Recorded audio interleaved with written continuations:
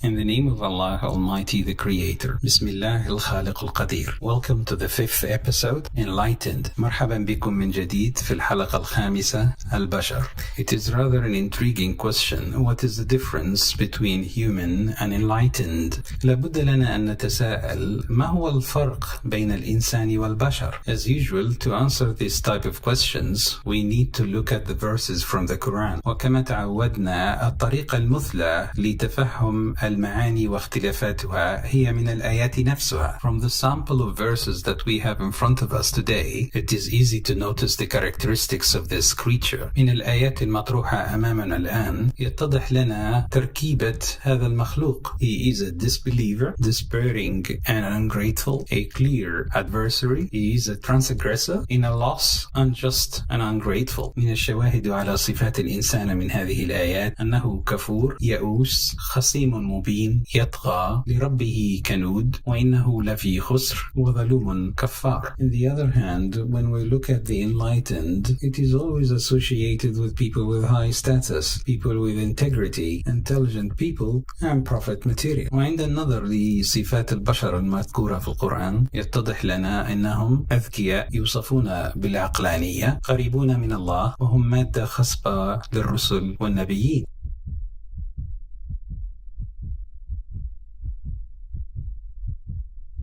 I have to draw your attention to the following keywords. من الضرورة التنويه لهذه المفردات الهامة. The word create, translated correctly from Arabic to English from the source يخلق, خلق. However, كن فيكون, it is not correctly translated. It should be transformed. يبدل, correctly translated substitute. يغير, correctly translated to change. جاعل, جعل, an important concept that hasn't been translated correctly should be upgrade or downgrade. أردت التنويه إلى الفروقات الملحوظة في ترجمة الكلمات العربية من القرآن إلى الإنجليزية. بعضها لم يحالفنا الحظ في ترجمتها, وذلك لعدم الفهم الدقيق للمفهوم العربي أصلا. كن فيكون ترجمت خطأ, ومفهومها الخاطئ لدينا هو عملية خلق فجائية لا تخضع للزمن ولا للتدرج, وهذا مفهوم خاطئ تماما. كن فيكون هو إصدار الأمر للخلق ثم مروره بكل مراحل التطور الطبيعية. ومن أهم المفاهيم جاعل, جعل, عادة تفسر على أنه خالق, وهي عملية بدء الخلق من بدايتها الأولى, وهذا لا يستوي إطلاقا. جاعل تأتي بمعنى رفع مستوى الموجود أو الهبوط بمستواه, وهذا وللدقة يجب أن ننتبه إن عملية الجعل تتطلب أن يكون لدينا مخلوق قديم يتم تطويره.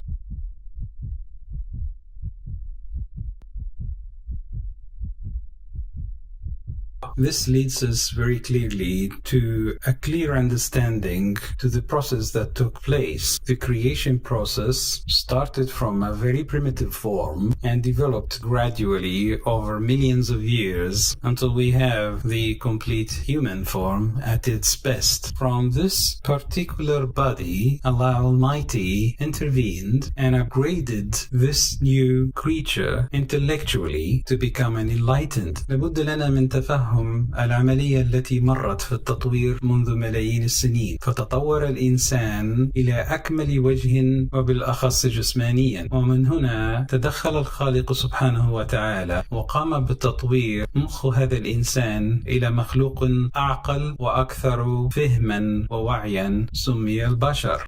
ولقد خلقنا الإنسان من صلصال من حمأ مسنون ومن آياته أن خلقكم من تراب ثم إذا أنتم بشر تنتشرون. إذا البشر هو مخلوق متطور من الإنسان. We can see clearly from the diagram of the tree of life the stages of development over millions of years until we have the complete human. From the human, Allah Almighty chosen to create the enlightened. ومن هنا يتضح لنا جليا أن هذه الشجرة التي تطور فيها الإنسان عبر ملايين السنين يأخذ من قمتها الخالق سبحانه وتعالى الإنسان ويطوره إلى البشر.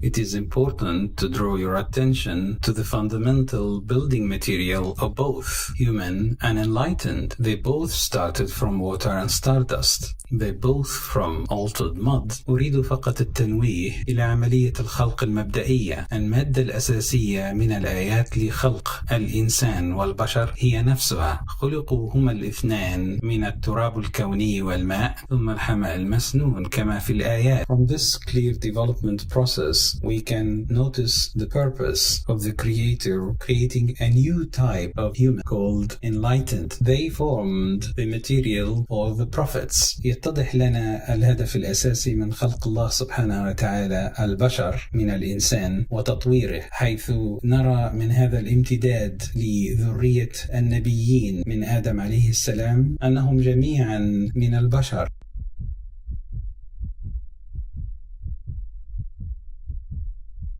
Now to the concept of one soul. والآن لنتعرض للنفس الواحدة. The one soul, the start of humanity and creation on earth started from a female, a mother. Allah Almighty created boys and girls from this mother, and from them we have all the humankind. So due to the misunderstanding of the traditionalists of this scientific concept shown in the Quran of the AC-0005, the start of life was from a female. Mother is the start of life, and from the mother the creation of her type, humankind. Those offsprings are the seed of life. نظرا لعدم تفهم السلف للمعنى الدقيق للآية لم يتمكنوا من رؤية المخلوق الأول. إنه الأم هي المخلوق الأول، ومنها خلق الله سبحانه وتعالى الذرية التي تكاثرت من بعد. وهذا المفهوم الدقيق القرآني الأصل لا بد لنا أن نتفهمه بشكل جيد لتصحيح مفاهيمنا الموروثة الخاطئة.